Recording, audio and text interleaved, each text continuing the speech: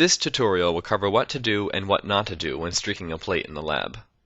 Things you're going to need include a source of bacteria, either liquid culture or bacteria on a previously streaked plate, a new plate with which to transfer your bacteria to, what's called an inoculating loop, which will transfer bacteria from either liquid culture or your solid culture onto your new plate, lighters, a Bunsen burner for sterilizing the loop, and of course, safety glasses. Before you do anything else, it's important to label your new plate, writing down all words and symbols identifying the contents. When you do this, be sure not to label the cover of your plate. You should always label the bottom, as covers can fall off and get mixed up easily. Also be sure to label the plate with the date it is inoculated, and sign it with your initials. In our example here, we have Bacillus megaterium, 2010, by the American Automobile Association. The Bunsen burner is fueled by gas and will never burn unless its hose is connected to a valve located on the workbench and the valve is open. Once the gas is flowing, use the provided torch or flint to ignite the fumes. The wire end of the inoculating loop needs to be heated to redness with the Bunsen burner to sterilize it. You will have to flame the loop again after every bacterial transfer, so you can keep the burner going until you are done or for any reason leave your work area.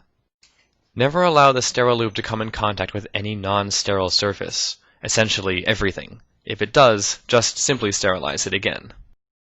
Every time you flame the loop, it will be very hot.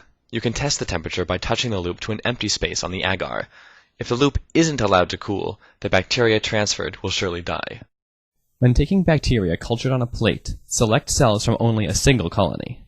Whenever you work with plates, never completely remove the cover as you seriously risk contamination. It is also good to avoid sneezing, coughing, and digit flailing. Even breathing can be risky. The best practice is to hold the cover just above the plate, tilted slightly to allow for access while reducing the risk for contamination from airborne particulates. When taking bacteria from a culture in liquid media, start by removing the cap from the container without placing it down. Once the cap is removed, use the loop to collect a small portion of the culture, and return the cap to the container. As always, be mindful of contamination. A hot loop is not a concern with liquid media, as it will be safely cooled on contact. To streak your new plate, touch the loop to the agar near the plate's edge and gently stroke it back and forth across about 1/3 of the agar's surface, to cover it with bacteria. You will perform strokes like this 2 more times, and after every time you will have to re-sterilize the loop. You will not, however, take any more bacteria from a culture. Instead, you will use the sterile loop to effectively drag bacteria from the area just streaked into an adjacent 1/3 of the agar's surface, spreading out the cells. Be sure to only pull the loop across the first third once, making the rest of the strokes in the second third only. Finally, drag cells from the second third into the final third, spreading them into the remaining space on the plate.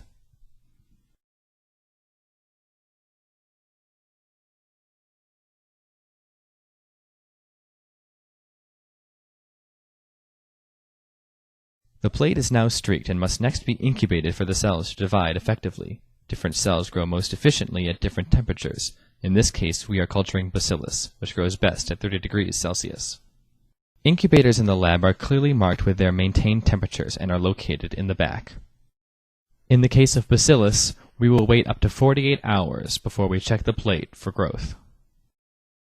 Plates should always be stored upside down to prevent moisture buildup on the cover from dripping on the bacteria and to prevent the accidental removal of the cover when trying to lift the plate.